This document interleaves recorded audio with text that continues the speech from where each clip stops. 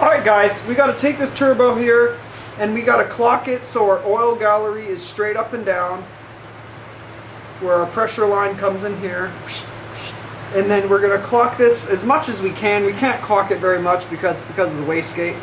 We're going to clock it a little bit, get this more over, and then we're going to hook up our pressure line to it and get our lower line hooked up and fabbed up.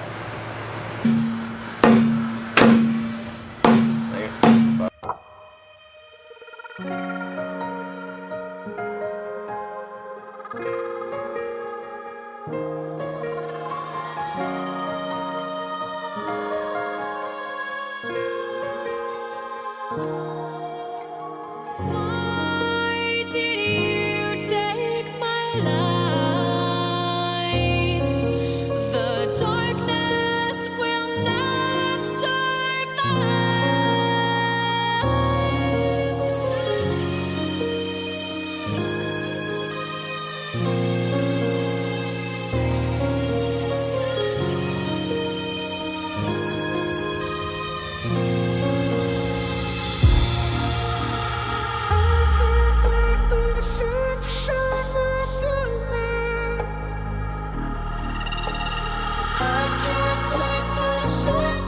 Okay, we got the turbo clocked as much as we could. We got our oil gallery lined up straight up and down. We have our oil feed put in and changed from, we got a 90-degree on this end for the 6.7 turbo, so now we got that. And then we got the oil pressure forward adapter in there instead of the 90 that was on it because it had to be bent so the other one could fit on it for the 6.7 turbo. And then Brandon's got our lower drain tube made here. And now we got to go ahead and pull off our downpipe so we're ready for our next one and we can make our new one for our new turbo setup here.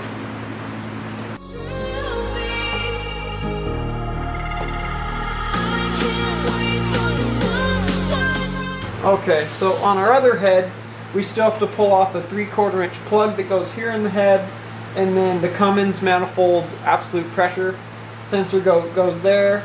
And then there's one last sensor, I can't remember what it is. And then there's a fuel line that comes around from the back of the head to this little return here that we gotta get hooked up. So let's go ahead and do that. So we're gonna rob this here 3/4 inch plug out of there. And then we gotta rob this one here. And then take this sensor out. I don't know what that sensor is, but right there is where the manifold absolute pressure sensor goes.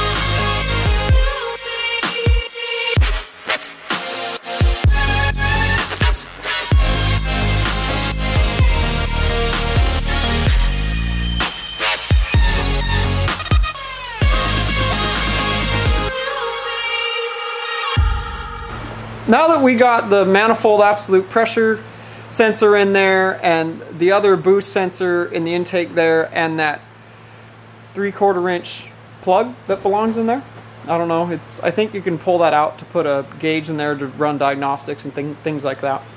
So now that we got all those put in there properly and sealed up with Loctite and such, we're going to go ahead and get the gaskets pulled out of the Cummins gasket set and put the grid heater on and the intake horn.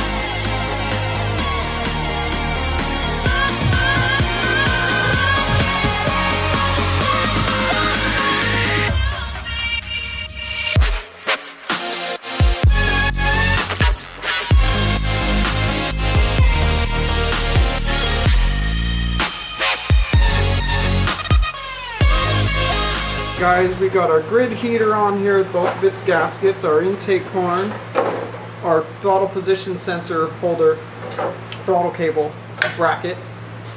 And now Brandon's over here getting the alternator bracket put on. Making some good progress here.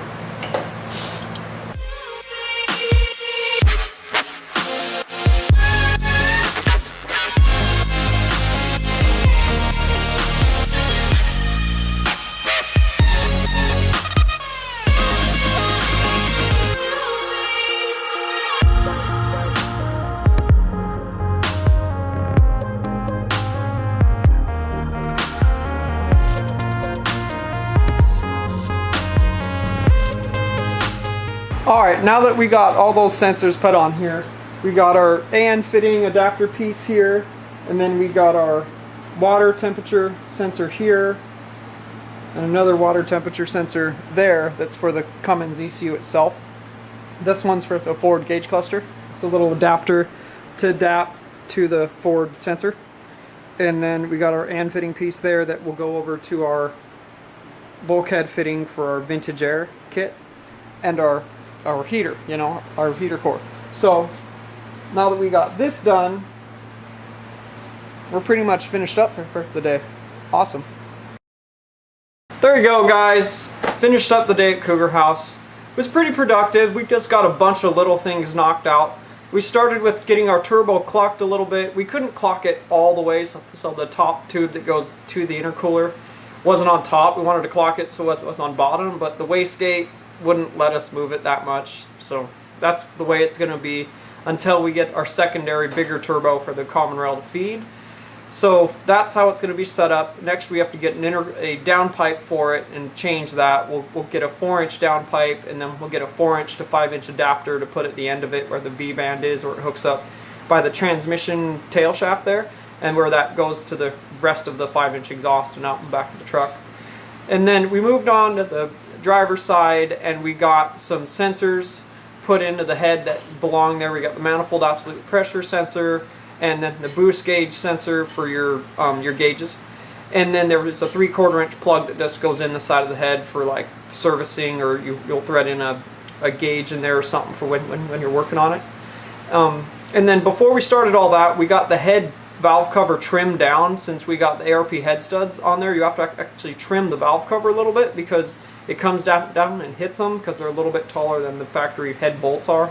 So we started off by doing that, and we moved on to the turbo. We got their sensors taken care of and buttoned up on that side of the motor. And then we got our grid heater installed with our intake horn with all of its Cummins gaskets. And then we got the throttle position sensor and throttle bracket piece bolted on too. And we're pretty much ready to drop the cab on it. But we got some wiring stuff we've got to button up. I got a few sensors, the crank position sensor and the water temperature sensor up on the head. I need to repair those plugs that go into them. And then, yeah, we're pretty much ready to get a downpipe and start making that downpipe. And then we can move on to mounting the cab in the next episode or two. So thanks for watching today, guys. Thanks for being here. Thanks for your constant support as always. Please leave a comment. Tell us what you think of this episode.